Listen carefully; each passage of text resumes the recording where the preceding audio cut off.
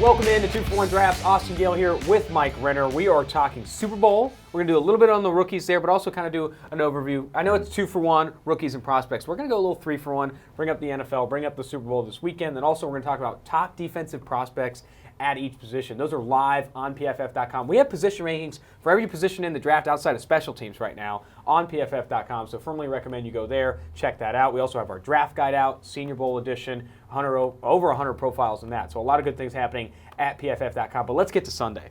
The guys are in Miami. George, Eric, Sam, Steve, they're living it up. Cuban sandwiches. We're here in Cincy. Skyline chili kind of flowing out of the mouths here. But let's go into the Super Bowl and talk about these rookie classes, because both have had kind of heavy impacts for the Chiefs and the Niners. Yeah, both in terms of wins above replacement added from this rookie class. Both are in the top 5. Wow. And you obviously the 49ers, their rookie class has been well talked about. I mean, Nick Bosa, probably the best edge defender we've ever seen as a rookie. Also, Deebo Samuel has been fantastic, down the stretch there for them at wide receiver. And so everyone's talked about, and Dre Greenlaw, Justin School, later round picks that they've hit on.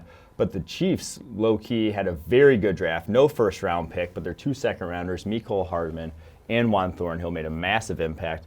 Thornhill obviously won't be playing towards ACL towards the end of the season here. That's a huge blow for them in this game, but I think what KC did in this past draft is a big reason why they're here right now. I want to stay with the San Francisco 49ers, specifically Nick Bosa. I know he won, Pepsi 2019 Rookie of the Year. He was our Defensive Rookie of the Year here at PFF. But these Raiders fans are in our mentions saying Max Crosby had more tackles for loss or more sacks, whatever it was. Come on, talk to the people. Tell them why. I mean, Nick Bosa was on a different level from a pressure perspective, how quick he won. His pass rush wins were insane. He was also a very good run defender. This guy was a better impact player in all phases than any other edge defender, any other rookie edge defender this year. Yeah, I mean, everyone wants to quote Max Crosby's sack total and whatever. That's great. Sacks are impactful, but you can flip on the tape. We're capable of doing that and watching each player and noticing, hey, one's way more dominant. Nick Bosa looks like he's been in the NFL for 3 or 4 years now. Max Crosby has games where you don't even see him. He doesn't make plays in games. And he gets taken out because he's still a rookie. He's still developing. That's no shame in that. Yeah. Rookies just hit the NFL, and they're not. So few of them are impact, sort of high quality players. Nick Bosa is one. Max Crosby's still kind of getting there. Yeah, I think, with Max Crosby, the thing is, your pressures are more predictive and more indicative of play than sacks. You see sacks do not correlate year over year as much as pressures do. And Nick Bosa is up there. 30 more pressures. And Nick Bosa has been great from a pass rushing perspective, far better than Max Crosby, regardless of what the sack totals say. And now I want to get into the 2 receivers, too. Deebo Samuel, Mecole Hardman, both playing in this game. Deebo has been fantastic after the catch, perfect for Kyle Shanahan's scheme. His route running, also very underrated coming out of South Carolina. He's living it up in San Francisco's scheme. And Mecole Hardman, he's doing exactly what they wanted him to do, stretch the field, be this big play guy down the field. I was going to say, they both very much speak to why fit matters at the receiver position. We talk about fit for, pretty much every position that's away from the football, that's far away from wide receivers, cornerbacks. You need to be fit into, a lot of guys need a role that's perfect for them. If you swapped positions and asked Deebo Samuel to do what Mecole Hardman's doing, you wouldn't be as good. Yeah. If you asked Mecole Hardman to do what Deebo Samuel's doing, you wouldn't be as good. Deebo Samuel is fantastic with the ball in his hands after the catch. He turns into basically a running back. I think he is up there in terms of the top 3 most broken tackles after the catch this year of any receiver in the NFL. That is his game. He's very shifty as a route runner, but he's not much of a downfield threat. Mecole Hardman, oppositely, is very much just drags, over routes, deep posts, deep route tree, things that just take advantage of his raw speed, get him the ball with some space, and then watch him, fly up the field. Both those guys have been excellent in their particular roles. Hardman's very much surpassed my expectations of what he could be as a rookie. I thought he was going to be limited in terms of winning down the football field, and a lot of his wins, truthfully, have been from the slot, and not necessarily him beating coverage down the football field, but speed still plays. He's the reason why you still draft speed at the receiver positions, because it just creates so many problems for defenses schematically. If you get a guy like that running dead full on at your safety without any sort of chip on him, you're screwed. You're screwed. And that's what the Chiefs do better than any other team in the NFL, is scheme that up. I think the use of Deebo Samuel and Mecole Hardman is a microcosm of why on these radio hits all week long people ask Andy Reid, Kyle Shanahan, who's the better play caller, and they're 1 and 2. Yeah. And in Chris's opinion, I know he thinks that. I think everyone thinks these guys are 2 of the best offensive play callers in the game, because guys like Deebo and Mecole are used to their strengths and limited, and not given their weaknesses. They're put in a position to excel. They hide their weaknesses and, again, use them to the best of their abilities. I think I've been very impressed with how each player has been used in each respective offense. Last thing I want to touch on here is, we have that segment on the 2-for-1 Drafts podcast to chug a prospect. I want to chug a rookie here, Juan Thornhill. What was your take on his rookie season? I think the former Virginia cornerback turned safety, had all of this athleticism in the world. I think he really, really stood out for me this season. Yeah, he was a big part of their defensive turnaround. During the regular season this year, they were just so much more sound over the middle of the field. So many fewer busted coverages, and I think that's one of the biggest things. Is a young safety. You just worry about him picking up the speed of the game. Like, will he be able to? Because it's a lot of reading. It's a lot of sort of mental thought processing. You can be the most athletic, you can be the most talented safety in the world. It's just a lot of information, change from college to pro, and I think he handled that very well. Didn't see him make a lot of mistakes on the back end of this defense, and then the playmaking ability you knew would translate. Like, with how many picks he had 8 picks last year at Virginia, former cornerback, like those ball skills you knew would translate. The fact that they hit the ground running so soon. He didn't have the best grade in the world, but I think you're looking at a guy who's probably going to be a top 10 safety sooner rather than later here. With Juan Thornhill, I know something that you say when you're evaluating players is you have to see it. I think he was a very consistent player on tape, but there's a play where he dives in on an out, and then the quarterback pumps the out and goes over the top of him, and he's able to get back into position and make an interception. It's one of the more impressive plays. I think it was a +2 in PFF system at the collegiate level. When you see stuff like that, in addition to the consistency you saw on tape, he tested very well. That's when you can really start to feel really comfortable projecting a player playing well in the NFL. I really do think that. And he was one of those guys where it's just like, he gets drafted at 63, and kind of like everyone's like, that's way too low. Like every single person who watches draft prospects is in agreement that the Cowboys are reeling right exactly. now. It's like the Cowboys is the ones where I think he was mocked to the Cowboys a ton, and they ended up going with the UCF defensive interior. Yeah. Tristan Hill. Yeah, Tristan Hill over Juan Thornhill. Oh my goodness! I mean, they are reeling right now. But it's just like you look at some of the picks in front of him. You got Joanne Williams from Vanderbilt goes to the Patriots at 45. You have Drew Sample, tight end, goes to the Bengals. Don't bring up the Bengals. You're like Paris Campbell goes in front of him. Like, you're looking at guys who are. It's hard to say objectively worse when you're talking about the draft because no one really knows. Yeah. But just like in a vacuum, you're relating those two positions that those respective guys play, and Thornhill's just like up here, and those guys are down here. Like, in the draft, drafting need like that over good players will just come back to bite. I want to say something on the draft, too. I still think PFF overall is ahead of the curve in really buying into this fact of positional value. Jelani Tavai. Jesus. Forgot about that one. Positional value in the draft, and also do not buy into need. Draft the best player available. PFF is ahead of the game until that we are still pushing that. When we do these mock drafts on PFF.com, or what we would do, a lot of the comments we do receive is like, we don't need X position. We don't, like these fans in the comments, we don't need X position. That should not be a thing anymore. Drafting for need needs to be killed. It is not something that you often benefit from. And the best way to sort of visualize that is to look at how many rookies actually are quality starters. And you go into our, even our PFF rookie team of rookie team of the year, you will have guys with below average grades on that team, making that team, because it's so difficult to just find. So if you needed, say, a linebacker, there, Bobby Okereke made the team. He played half the snaps for the Colts, and that is a guy who makes the all-rookie team. Dre Greenlaw made the all-rookie team too. Had just an average grade for a linebacker. So if you needed a linebacker in this draft, you weren't going to get a guy that's going to be an impact player year one. So why force yourself into drafting bad players just because you need them? Sometimes it's just not happening at that position. That's what free agency's for. Don't pencil yourself. Another fact there too is that give me a single season, a single team that has run into the situation that has gone best player available and hated it and said, man, I really wish we drafted for need. You never run into teams we have too many good players at positions we don't need. No, that's not a thing. You need good players every year, all year long. Yeah. So the Jaguars draft Josh Allen. You had Calais Campbell. You had Yannick Ngakoue. Are they upset that they drafted Josh Allen? Would they, if they gave the Jaguars a do-over, they draft Josh Allen 10 times out of 10? Yes. I mean, I saw The Athletic did a do-over mock draft for this past season. Josh Allen goes number 3 to the Jets. Yeah, that's what you want to do. I don't think you ever need to be in a position where you're drafting for need or drafting for a specific niche interest, we need a 5-tech. Or even going beyond position, we need a 5-tech. That's what we're going for. That just limits you from an impact standpoint. And really, the draft is already a lottery. The best execs in the world miss to put yourself in a position where you limit your chances even further, but like we only are drafting this position at the top of round 2, you're putting yourself in a Drew Sample situation like the Bengals were. I mean, that's just a problem. Again, I think we're a little bit ahead of the curve. I think you see like mock draft things that are like really emphasizing need rather than best player available. I think that needs to be a thing of the past. Get need in free agency where you can actually assume veteran talent has an impact. Do not get need in the NFL draft. A little bit of a rant there. Wasn't expected on the pod, but that's how these things go. Let's go ahead and dive into these top defensive prospects at each position. Let's get Super Bowl pick. Oh, let's get Super Bowl picks. Yeah, true. Give me your Super Bowl prediction, pick, the final score, all of that. Chiefs, 38. 49ers 35. I think it's going to be kind of like that Saints. Let's hope like the Saints-49ers game earlier this year where it's just like the scoreboard's getting lit up and everyone loves it. That sounds great. I'm going to go Chiefs. I'm going to go Chiefs 38, 49ers 20.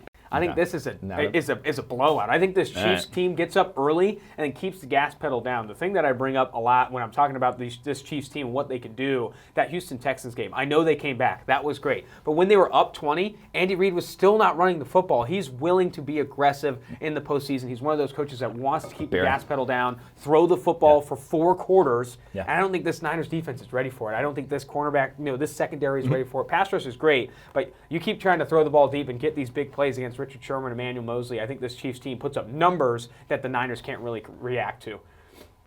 All right, let's go ahead and move into these top defensive prospects at each position. We had a little bit of a Super Bowl prediction, but now let's go with defensive interior to start. The top 10 interior defensive linemen in this class. Go ahead and read them off. All right.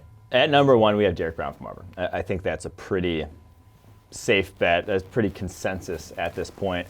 And there might be guys. So number 2 is Javon Kinlaw from South Carolina. I think Javon Kinlaw could be a better pass rusher at the next level. Like, I don't think Derrick Brown ever gets into that, the Fletcher Cox, Aaron Donald, Chris Jones sort of tier of elite, dominant pass rushers on the interior. To me, he's much more like an Akeem Hicks, where he's just going to be very disruptive against the run, dominant against the run, going to be a consistent pocket pusher, but you're not going to get just utter dominance in the pass rushing to where other teams have to game plan for. I think Javon Kinlaw could be that at the next level. He gets a few more pass rushing moves. He has that athleticism and size to be that. So that's why they're neck and neck on our board, like 11 and 12 on our latest board. So both very good players. Draft one, you won't regret it. On to number 3, Jordan Elliott from Missouri, highest grade defense tackle in all of college football last year. Big fans of his game. Number 4, Marlon Davidson from Auburn, reclassified on the interior with that weigh-in. Ross Blacklock from TCU comes in at number 5. That guy's getting mocked in the first round. Yeah, he's getting some. DJ had him in his top 20 players. He's very athletic. Again, we haven't seen quite the production in that TCU scheme.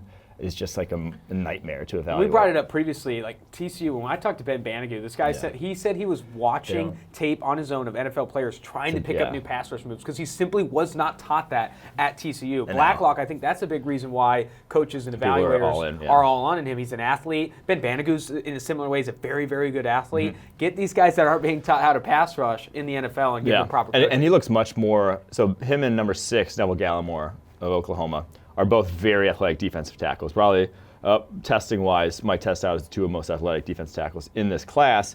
But I think Blacklock is so much more of a natural, natural defensive lineman. Like he just uses his hands better. Like has a better way he approaches blocks. It just seems like Gallimore is almost still going through the motions, like still putting teaching into action. So that's what kind of separates them. On our board, number 7, Justin Matabuke from Texas A&M. You've raved about him. He has some quicks to his game, has some really impressive pass rushing moves on tape. I think he offers that. I kind of like this defensive tackle class. These after there's the top first 2, 7. The top 3 I think or top 4, excuse me, I think are surefire first rounders, gonna add some pass rush, and then the next 3 are very good options. If you're in the second round and need some help on your interior. And you go to number 8, Raekwon Davis from Alabama. He's just going to be good against the run. Like I'm not sure he's ever going to rush the pass to the next level, but he's going to be good against the run. He's 6'6", 300 pounds, which I think he's going to have over 36-inch arms at the combine. Which he's is that classic absurd. Alabama defensive interior. Right? It's the Dalvin Tomlinson. It's the it's that well, size. He was like if he was playing in a 3-4 in 2002, he'd be like talked about as one of the best defenders in the NFL. Top 3 pick. He would just like. You're gonna be excited just hearing that. He has that classic build. Number 9, Leki Fotu from Utah. Massive nose tackle. We've talked about him a lot in terms of just like the dude is very big. Like he just like is difficult to move, and that's what you want at the nose tackle position. Davon Hamilton at number 10 from Ohio State had himself a great Senior Bowl showed much more as a pass rusher there than any other nose tackle. So he cracks our top 10 despite, was going against Nick Harris a bit, which yeah, I think that was just a mismatch. Yeah, like he had a 40-pound advantage, but. Yeah, I really like that top 10. There's a couple I want to bring up there. Like you said, the top 3 are some of those guys that can be elite kind of pass rushers at the next level. Derek Brown, fantastic Kinlaw. Grades in the SEC. You trust that. Yeah, Jordan Elliott of Missouri. I want to talk about number 4 a little bit because I wasn't super high on Marlon Davidson until I saw him weigh in Mobile at 297, put on the short shorts for the one-on-ones, and then go in there and attack guards with reckless abandon and really show that he could be an interior pass rusher with significant success at the next level. And that's the thing is he was a very natural pass rusher off the edge. He had moves to the outside. He had moves to the interior, used his hands well, played with good leverage, the things you want to see from an edge rusher. It was just he didn't test any sort of athletic offensive tackle. He wasn't beating them outside. He just didn't have the speed. And that's because he's 280 plus pounds or whatever, trying to rush off the edge. It's just difficult. And so he's a bull rush guy, inside move, and I'm just I don't know what you're going to do with that at the next level. Guys are just going to tackles. If you can't beat the edge, you're going to sit on that bull rush. You're kind of washed. And so he was in the 60s, but then shows up as a very much 297 pounds, very much a 3 technique interior player at the next level.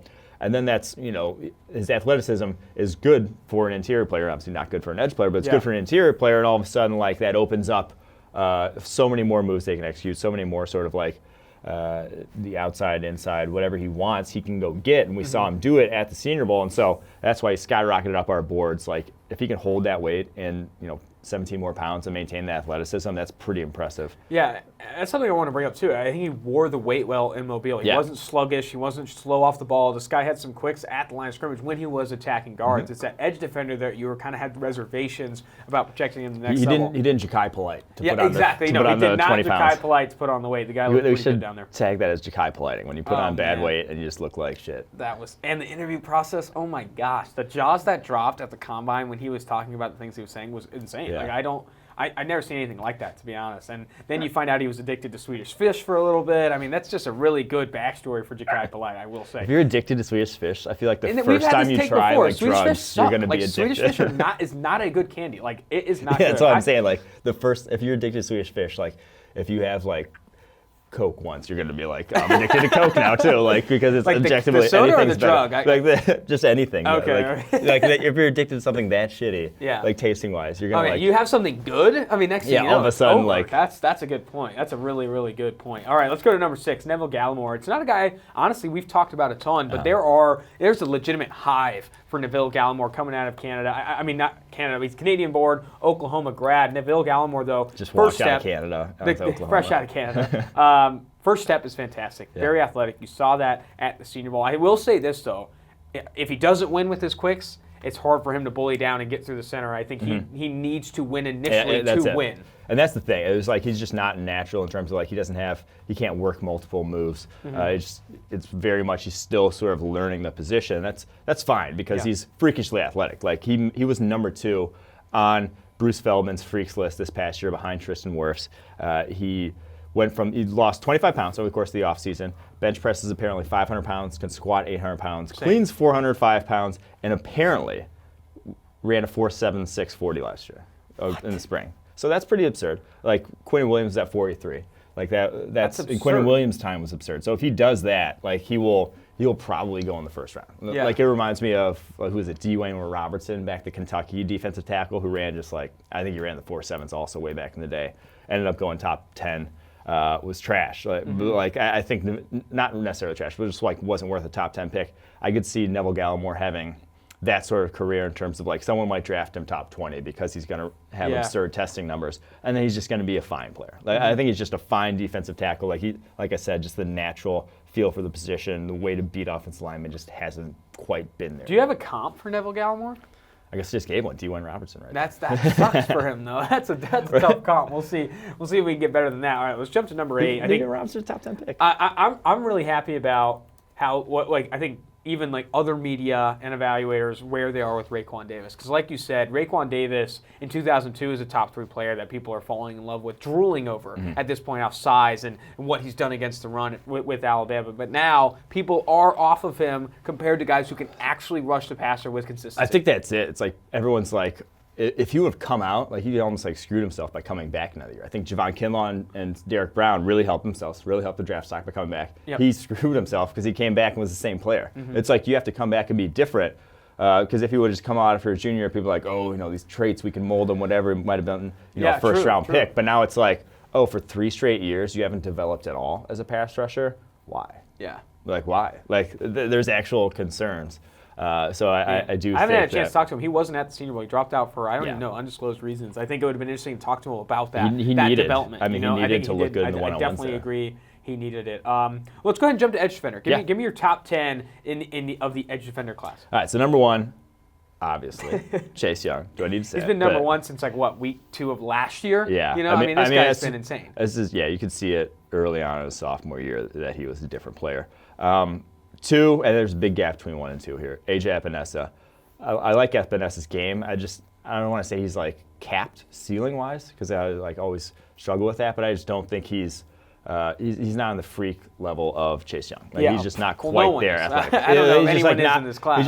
He's just a very solid athlete. To me, he's kind of like a Carlos Dunlap. Gotcha. I think it's complicated. It's just you'll get a good pocket pusher. You'll get a guy who can play every single down, 900 snaps a year.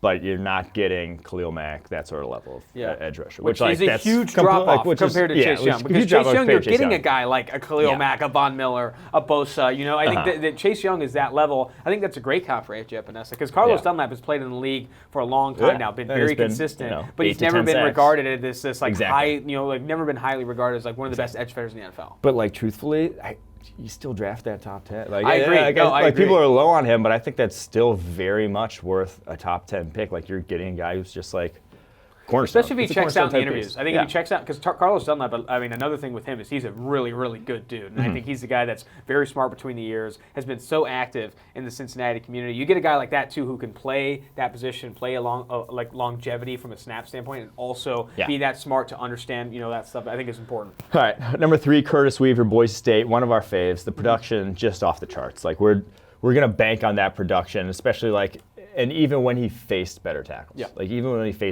was still unblockable. And so, bad body, not the most athletic. We're going to bank on the production over necessarily those projectable traits. But number 4, the guy has absurd projectable traits. Julian Okwara, Notre Dame. I've seen people be very low on him. I don't even think he made Daniel Jeremiah's top 50, which is crazy to me because this guy's going to test out like a wide receiver, I think, at the combine. I think he's going to run the 4.5s. I think he's on Bruce Feldman's freaks list, too. I think he's going to run the 4.5s at 245-ish pounds, and he's a very good bull rusher, one of the best bull rushers in the country. Bull rushed, what's his face, who's Mekhi Becton. Yeah. All the way back in, he had a bull rush pressure against Becton. If you're going to do it against a 370-pounder, that's, you're not a lot of guys are going to be able to hold up to the bull rush if that's what you're capable of. So still a big fan of Julian Okwara's game with his athleticism. But then after that top 4, it gets kind of rough. After that, I'm just not a huge fan of this edge class. Daryl Taylor checks in at number 5. He's a lot better down the stretch. He's not anything special, I don't think, athletically. Very strong player, but just he's all right athletically. I didn't hate his get-off, though. I don't think he has a necessarily terrible get-off. He's also 255, so he is on the smaller side of the position. Bradley Anai checks in at number 6, another guy just kind of limited athletically, very good hands. Worry about him being capped is going to be, it's going to follow him around, very much so this draft season. Do you have a good comp for Bradley Anai? Again, it's a guy who's limited athletically, but technically has this high floor because his hands are just so good. And Bradley Anai is going to beat very good offensive tackles with his hands because I think he's that good from a hand standpoint. But thinking about an edge defender that lasts long and pushes that Khalil Mack type of Von Miller thing without the athleticism is rare. I don't see it in the NFL. Yeah, so that one's tough projection necessarily for me. Number 7, Yetur Gross-Matos, Penn State edge defender. He's just, the grades don't match the sort of hype surrounding him. I thought he was a guy who probably should have come back for one more season. And because I don't think he's so freakishly athletic that he's going to be you got to draft this guy in the first round, bet out straight. Like Caleb Von Chason, who checks in at number 8, right behind Yetur. He's going to test like a guy who's okay, yeah, we can fix him. I don't think Yetur is going to test on that level. He has the size and the length, but he's not freakishly athletic like that. And so if he would have come back and dominated offensive tackles, shown he could do that in college, then I think he would have been up into the top 10, 15 sort of mix next year. But I think is a borderline first rounder at this point with what we've seen on tape, or the NFL will see on tape from him. So Kavon Chason, number 8. We've talked about him just a ton at this point in terms of the production is not even close to there. Like not even close. Yeah. He has faced a lot of good offensive tackles. Like he's not beating up on, he's not facing whipping boys there at tackle in the SEC, and he still has had some good reps against Andrew Thomas's of the world, against Jack Harmon in the national championship game, Samuel Cosme in the Texas game, but like it's like 1 or 2 a game that you see it, and it's like, why wasn't it 5 to 6 a game? Why wasn't it like every play if you're that talented? He should have came back. I still think Kavon Chason should have probably came back and then been like the number 1 edge defender in 2021. Potentially. He could have reached that kind of ceiling. There's a handful of guys on this defensive list that we'll talk about that I think should have come back to school. And but like very much could have made a ton of money. Kavon comes back, but he might still similarly be a top 20 inconsistent. pick. Like if Kavon came back and was similarly inconsistent, man, that would have been really, really bad for him. Yeah, it's a bet, and I think if he still goes top 20, you're fine. Like that's fine. Like he made the right decision at that point. So, all right, number 9, Josh Uche out of Michigan. Little worrisome about his size, but like he's actually bull rushed, probably the best I've seen of a guy in the 240, like that weighs about 240 of anyone. Like O'Shane Speed to power is big. He was actually O'Shane Ximines came around that weight last year, and all of a sudden like dropped way down our board because we just like hadn't seen him bull rush. Didn't do it at the Senior Bowl either. Josh Uche actually like has bull rush. Like he has that in his arsenal, has the power has like the juice to do it. So he stays in our top 10. And then number 10 is Terrell Lewis from Alabama, who I'm just not super high on either of the Alabama edge defenders. I mean, Terrell Lewis, when he weighed in, long arms, cut to the gills. I mean, this guy looked fantastic. Looks great. I think he'll test well too. Yeah. The problem is he does not play great. I would say even more inconsistent than Kavon Chason in terms of how he wins as a pass rusher. It's just inconsistent, and even when he does win, it's not uber impressive. I hate to use uber impressive. I don't even know what the fuck that means, but here we are with Terrell Lewis at number 10. Yeah, uber impressive was tough for you. I don't really Don't say that ever again. I'm not going to drop that one again. All right, let's go. I want to talk about some specific guys on that top 10. Yeah. A quick thing on Curtis Weaver. This is kind of where I hope for him. He needs to test well if he's going to go high in this draft, but I kind of I think he needs to not test. So to go high, I'm not sure there's anything to do. I don't think he'll test off the charts. But he needs to, for us to still be like, hey, Curtis Weaver's still a top 3 edge defender. Just at least get to like average athletics. Yeah. Like Zadarius Smith had pretty rough testing numbers coming out of Kentucky and turned into one of the best. But they were like at least still average. They weren't like 4.9. He was like a 4.8. Yeah. Like, and it was like testing good, not great for Curtis Weaver means he'll likely slip into the second round, maybe a little bit deeper in the second round. But then I think he has that opportunity to really live above that expectation. So let's go to number 4, though. Let's jump to Julian Okwara of Notre Dame. We know he's going to, like you said, test like a wide receiver. This guy's a freak athletically. Talk to me about his on-field production, though. I want to hear more about Julian Okwara, what he does on the field, the difference really between a Julian Okwara and a Kavon Chason. Yeah, so I think the difference is Julian Okwara was inconsistent as well. Like he had games where it's just like, why is he not getting to the passer? But he also had games where he was unblockable. Like we've seen it turn on. The Virginia game this year, both the tackles didn't have a chance. Like he was just winning, dominated multiple different ways, bull rush, like throwing guys. And he is actually, I think he's a freakier athlete than Kavon Chason. Like that's why I can't, in my mind, get around the sort of why people are so high on Chason and not as high on Okwara. Okwara, a year older, but Okwara was more productive as a junior than Kavon was as a junior as well. Had 61 pressures, I think it was 6th most in the country as a junior. Like he was still getting the job done last year as well. So this one doesn't really make sense to me. Like I think he is just objectively the better prospect at this point with what we see on the football field and the athleticism. I don't know. We'll see when they both test out at the combine, but I would not be surprised if Okwara's numbers look better than Chason's. You know what I could see in this process, this draft evaluation process, him being a late bloomer on boards. Guy who's going to go into February combine and then he's going to blow it up. People are going to go back to the tape and then find that wow, man, I really do like Julian Okwara, and then he's going to start getting mocked in the first round. I could see that 100%. Similar to but I don't think they're the same player even close, but like Montez Sweat. When he tested out, people were like, oh my gosh, Montez Sweat. Here we go, I'm on Montez Sweat. But the problem with Montez Sweat's tape, you never really saw him beat good offensive tackles, and you never really saw him win other ways than his speed and anticipated get-off and things like that. With Julian Okwara, I think he has different moves than Montez Sweat. He looks like an athlete. Like Julian Okwara moves like an athlete. He drops into coverage. He's had some picks over the course of his career. Very much reminds me of Brian Burns just last year. Now he's actually a better bull rusher than Brian Burns, but very much reminds me of that in terms of just the dudes look like they're tight ends, not edge defenders. Yeah. Yeah. All right, let's go to off-ball linebacker. Let's go ahead and jump to the top 10 list from off-ball linebacker. I know Isaiah Simmons of Clemson is number one in a similar manner to Chase Young, in that the number one guy at this position at edge defender and off-ball linebacker is tiers ahead these next few guys. But walk me through 1 through 10 at off-ball. Yeah, number 2 is Troy Dye from Oregon. He's just been so productive. 4 years of production. Very smooth. I don't think he's going to be a 4.5 guy, but he's probably going to be in the 4.6s. Has more than enough athleticism. Has the length also to shut down sort of passing windows. Even with the big mitt that he had on his arm. And that's the thing is like his grades sort of tapered off towards the end of the season with that mitt, but like he played through it with the mitt, so can't necessarily hold that against him. But 4 straight years now of above average coverage grades for him, which is pretty good production at the college level. I just feel he might not be. There are other guys on this list who other people have higher. Kenneth Murray and Patrick Queen just have more athleticism, but they haven't been consistently as solid in coverage as Troy Dye. And again, we're going to value guys who we've seen them do it consistently over larger sample sizes because I think that translates better. Yeah. So Troy Dye has done that. Might not have the ceiling of those guys, but he's been very good. Zach Bond, number 3, Wisconsin, the guy who played edge, Wisconsin. We think that he needs. I think the role he needs at the next level is a Dante Hightower, Kyle Van Noy. It's just a role where you're blitzing, like you're splitting blitzing coverage on passing downs pretty 50-50. evenly. Like you want him getting after the passer because he does that extremely well. But you want opposing offenses somewhat surprised that he's in coverage. You expect him to kind of be this pass rushing off-ball linebacker. And like he's more than athletic enough to play coverage in the NFL. I think he's going to run like 4.6 sort of guy. Like he is athletic, but he just hasn't done it quite yet. And I think maybe down the line he could be even more, but utilize more on coverage. But his pass rushing and his blitz ability, you want to keep that there as well. Number 4, Akeem Davis-Gaither, Appalachian State linebacker.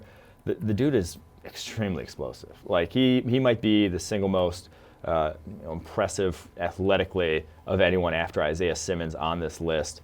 Obviously only 219 pounds. That's not great. I'm all for it though. I like 219 pounds right now. But he has shown more so than anyone after Zach Bond in this linebacker group that he can beat offensive linemen. Like he rushed the passer off the edge for Appalachian State at 219 pounds and had a 82.2 pass rushing grade this past year. Like he had an actual good grade rushing the passer.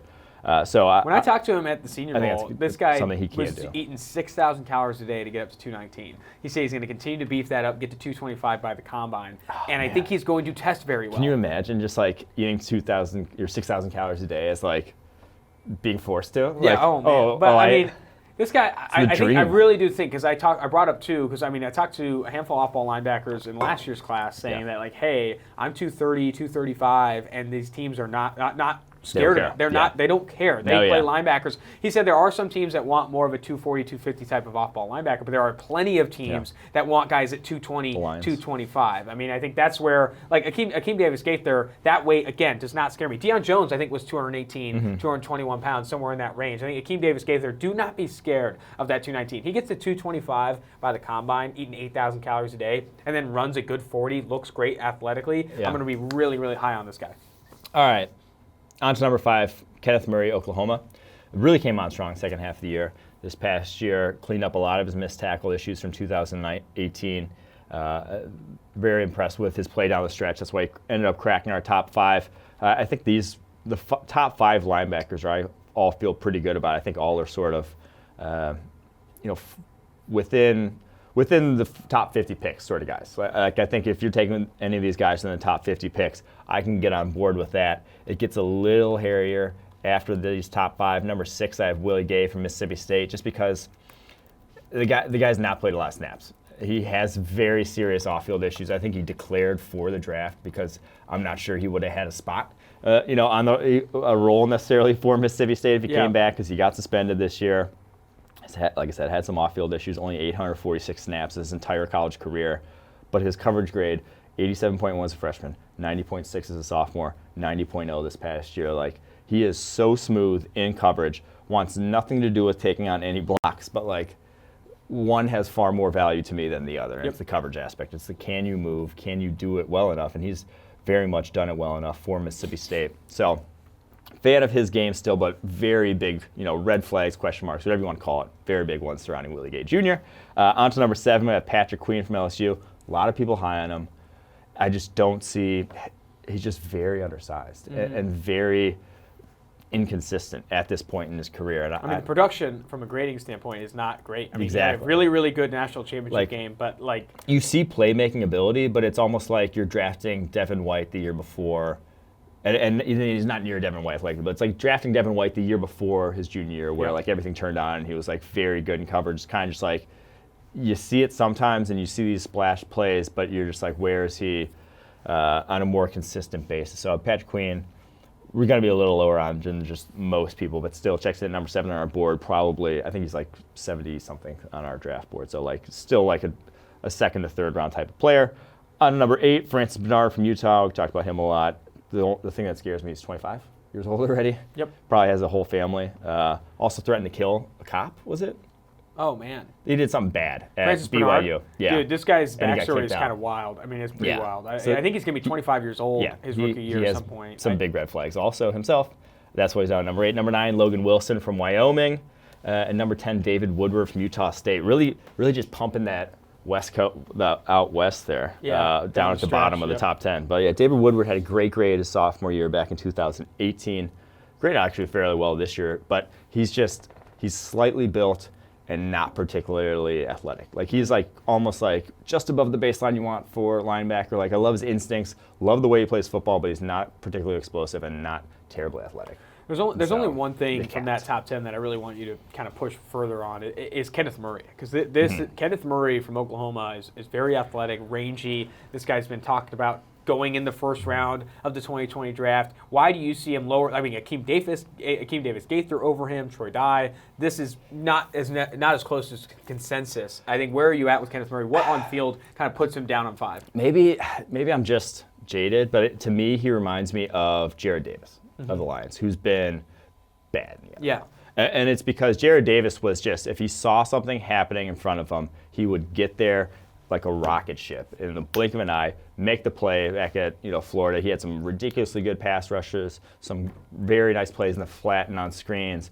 But then, like, if he wasn't consistently reading stuff quickly. And I think that's the biggest thing that kind of changed my mind over Murray was the second half of the year. He seemed like he was much quicker to get, and his reaction time his play speed was definitely speeding up. The mental processing, that whatever, was definitely getting faster, and that was good to see. That never really happened for Davis at the next level. But so that you always saw him be a tick slow to react, and then anything going behind him was just like a nightmare for him in terms of, and that's still been the case for Murray. He's still getting up a lot of big plays behind him, flipping his hips and running down the field.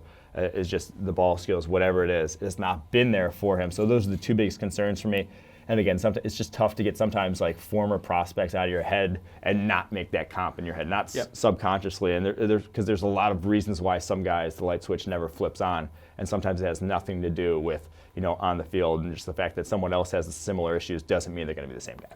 Let's jump to cornerback. Top 10 at the cornerback position. Go ahead and start us off. Yeah, so Jeffrey Okudah, number 1, Ohio State. That one's been set in stone for a while. Christian Fulton, number 2, LSU. Some people are low on him. I don't really see it. Like, people are saying he's not going to test out well from a speed standpoint.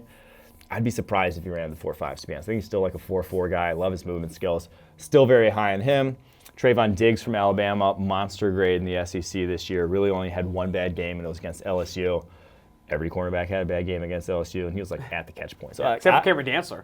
Cameron Dantzler had a we'll good get game to against LSU. here in a little bit. Number 4, C.J. Henderson. He's a guy where throw out the 19 tape, go back to 18. What he did as a sophomore is still worth a top 20 pick in the NFL draft. Like his man coverage ability is still worth a top 20 pick in the NFL draft. I don't care if he got beat a handful of times down the field this year with some mental lapses. All right. Number 5, Jaylen Johnson, Utah, instinctive player. I think he's going to be fairly athletic too. Doesn't have necessarily the size profile you want at the position, but he's just a guy who's going to be a good guy's great down the football exactly. field. I think he's just a solid cornerback. What's funny, a little anecdote level. there. I was talking to Michael Pittman Jr. at the Senior Bowl, and I talked about that Utah game. And Michael Pittman's Utah game was insane. And he said, I don't know why they didn't bring on that kid, that Jalen Johnson guy, to cover me, because I was lighting it up, and then they never did. And Jalen Johnson stayed on the other side. I thought that I would be interested to talk to Jalen Johnson about that. He must have been maybe pissed, or I don't know why he wasn't over on Pittman, because Pittman was burying kids on the left side. So I don't know. Jalen Johnson, I think that was interesting from Pittman. All right, on to number 6. We have Cameron Dantzler from Mississippi State. Love his game. Love his ability to press.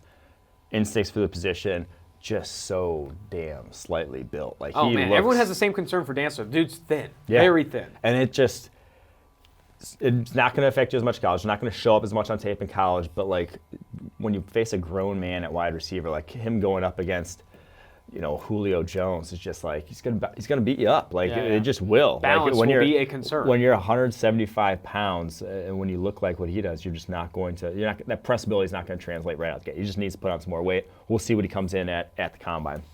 Number 7, Jeff Gladney, very fast, very good ball skills down the football field. A little up and down, has given up a lot of plays. That's a Big 12 corner though. Like that's just to be expected.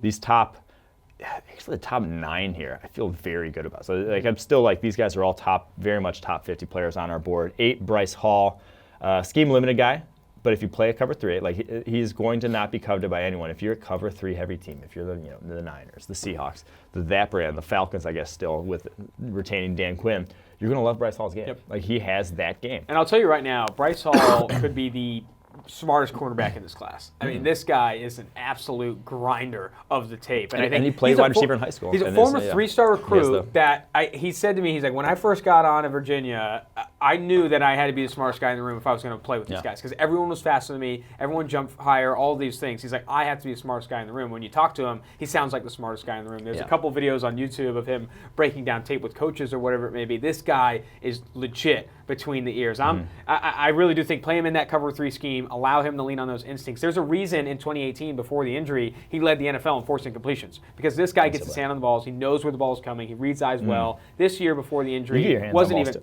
Yeah, I get my hands on the balls too, but I mean I don't get credit for it. That's the problem. But with Bryce Hall, I think I really do think in the right scheme, again, very scheme dependent, he's going to be a very good player in the NFL. Yes, I agree. All right, number 9, Jtrail Clemson, torched a bit in the national championship game, has all the athleticism, size athleticism. He ticks those boxes. Like he can move, has all that for the position. Just really wasn't tested a lot at Clemson, and you worry like when the one game he did get tested this past year, it kind of didn't look good. Like his ball skill him at the catch point needs to improve, but I think he's still very much a top 50 player in this class. And then number 10, Noah Igbenogany. No, Igbenogany. Igbenogany. God. Noah Igbenogany of Auburn. I looked it up right before, but I feel good about that pronunciation. I like that. Igbenogany. Burner. Absolute burner. This guy can fly. And again, I've said there's a number of guys on these top 10s that I saw if they came back to school, could have been top 15 or so picks. Noah Igbenogany is one of them. Yeah. I thought he very much has the speed, movement skills, the ability on tape. He's shown as like top 10 at times. The consistency, very much not there. Only 2 years of starting for Auburn. So raw player. Over the course of his career, so raw. And like he just like hasn't gotten only 6 pass breakups this year, not a single pick. Like it didn't have a ton of ball production, but like you see some reps where you're just like, damn, that's an NFL So here, I'll say this about Noah Igbenogany. Go turn on the Iron Bowl. Turn on the Iron Bowl and watch every snap. Watch it on the All-22 sideline look. This guy sticks with Devontae Smith. He sticks with Jerry Jeudy. This guy does not get beat down the field because he's fast. He's very fast. I think this guy's a low 4.3s, high 4.2s guy. That's how fast Noah Igbenogany is. Yeah. So he sneaks into the top 10.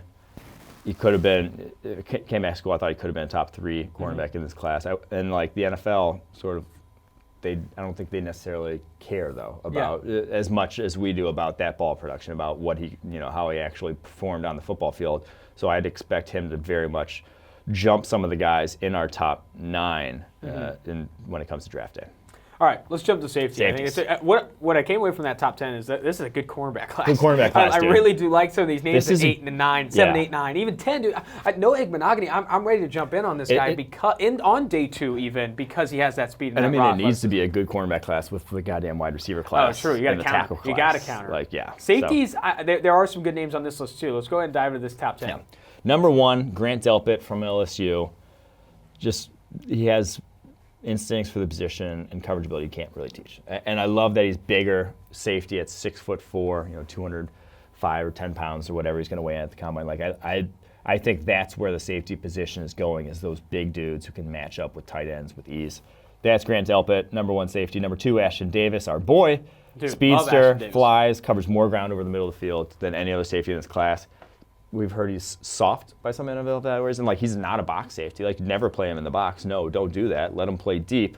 and he is not soft deep. Like, to me, he's Darnell Savage. In terms of Darnell Savage was very physical, one-on-one against, like, he was not afraid of contact over the middle of the field, like was not afraid to lay a big hit. But if you put him in the box and ask him to take on a guard pulling, you're gonna be sad. Like, it's not gonna go well. Like, he's just not that type of player. That's Ashton Davis to me. Number 3 is Xavier Mckinney, Swiss Army knife sort of safety in this class. If that's what you're looking for, he's gonna be number 1 safety on a lot of people's boards because of that. I don't think he has the raw coverage ability of the top 2 guys on this list. That's why we're not as high on him, but he has great ball skills. Like, he's made some very impressive picks over the course of his career.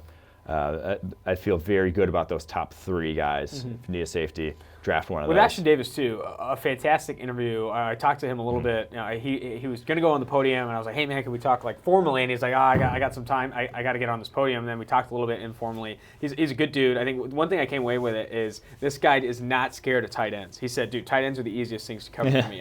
Because he said, my change of direction is just better. I am better from a change of direction standpoint. It allows him to play with more confidence against bigger tight ends. I'm not sure he says the same thing against Travis Kelce or George Kittle. These guys are a little bit different animals, but tight ends at the college level, I mean, look at this tight end class. There are guys that Ashton Davis can stick with through and through. Yeah. On to number 4, Terrell Burgess from Utah. 90.4 coverage grade this past year. Great in the slot. Feisty in the slot. Yeah, very much so. He looked like as good as the other corners when he the one-on-ones against wide receiver. Yes. He looked as good as the other corners there. Even though he is, a safety for Utah, made actually almost had a pick coming from center field at the Senior Bowl as well. Like, he's just has a very good coverage skill set. Undersized though, 190 something. Does not necessarily look like a safety. Yeah. On to number 5, Kavon Wallace. To me, he's my favorite slot cornerback in this class. And it's like, where do you slot a guy who's just a full-time slot cornerback is always difficult, in terms of how much do you value it. Do you call him a cornerback or do you call him a safety? To me, I threw him with the safeties because that's what he is listed as Clemson. But to me, he's the best slot quarterback in his class. If you need a slot cornerback, I think has a ton of value. I think it has a ton of value too. That's why he's the number 5 safety for us. If you need a slot cornerback, this is your dude. 210 pounds, very physical at the line, very physical around the line of scrimmage in terms of playing the run game, which is necessary for a slot cornerback, but also very quick. Made a ton of plays this past year on the football. 8 pass breakups, 2 picks over the course of the past season, 89.7 coverage grade. Like, I think this dude is, almost like a Desmond King sort of instant impact slot cornerback in the NFL.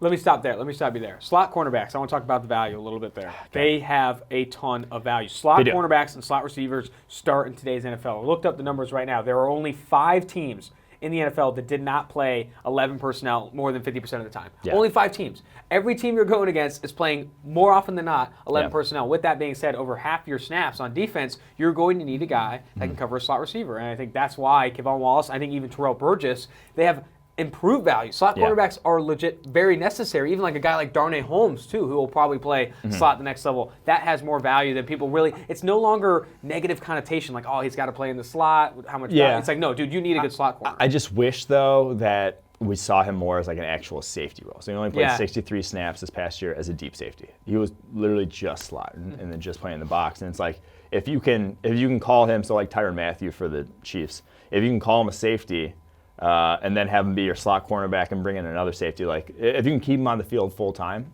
there you go. Then you're very valuable. But if you're purely just that guy who comes in to match, true, there's a difference. You're still only playing, like Desmond King can play safety, and then when he can also just play slot corner if you want a better slot corners. Yeah. So like, if he had both of those, I'd be much higher on him. But I just don't know quite yet if he can do all that. All right, on to number 6, Antoine Winfield Jr. from Minnesota. Ton of picks this past year. Love his angles playing on the back end. He's instinctive. Yeah, I think he's just, and tackles like his dad did.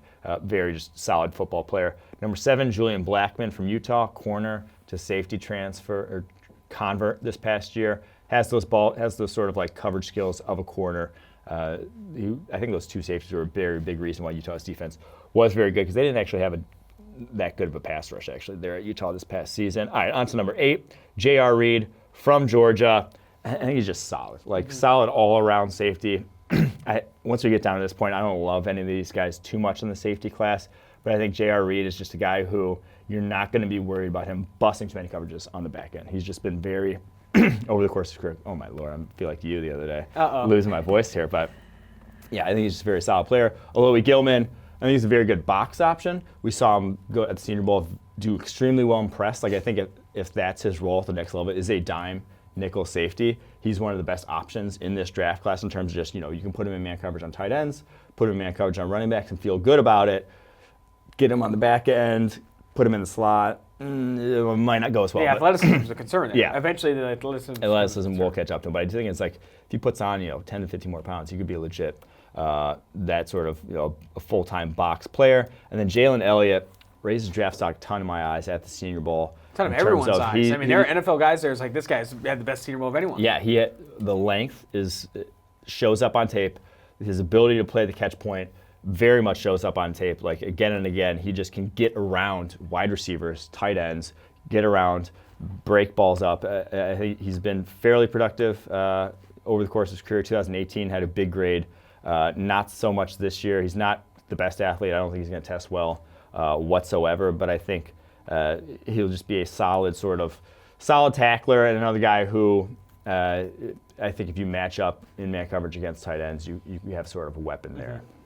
I think so. Takeaways there, and this is the last takeaways before we wrap up the podcast. I think the first three safeties are game changers. These guys can be game changers at the next level, be kind of somewhat scheme versatile. After that, you're looking at slot cornerback converts, guys that are going to play in your dime. You're not going to love what you're picking at safety after Xavier Mckinney of Alabama. I think Terrell Burgess, though I think you'll love what he can do. Very he much can't do the role-specific same. guys. Yeah, very role-specific guys, and you have that at the cornerback position too. Like Bryce Hall has to play in zone. I mean, there's going to be guys that you've got to kind of be more scheme dependent, but I think with the safety class, that's even more so after Xavier McKinney of Alabama. That's going to do it for the 2-for-1 Drafts podcast, a little Super Bowl preview, and also those top 10 at each defensive position. We'll be back Tuesday. We're doing 3 podcasts a week now with 2-for-1 Drafts. You can find us on Spotify, Stitcher, and Apple Podcasts. Again, this is Austin Gayle, Mike Renner, 2-for-1 Drafts. You want to get rid of me and get back to more great PFF YouTube content? All you have to do is push that button right there and subscribe. Thanks for watching.